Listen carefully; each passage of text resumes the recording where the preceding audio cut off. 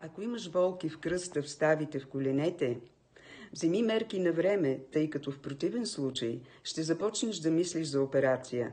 Ще започнеш да ходиш с бастун, без да си престарял, или пък ще ходиш едвам. Аз също имах болки в кръста, в ставите, в коленете, до такава степен, че не можех да си върша домакинската работа. Но знаете ли, аз вече забравих за това време. Не ме болят ставите, въжетата в гърба ми се отпуснаха, правя си йогата, тичам нагоре-надолу след внуците.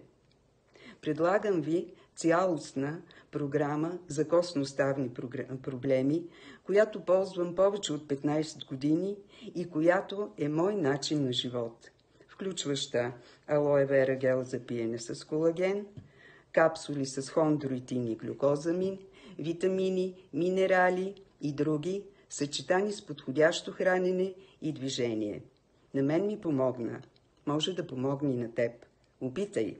Ако искаш да получиш тази програма, ми пиши.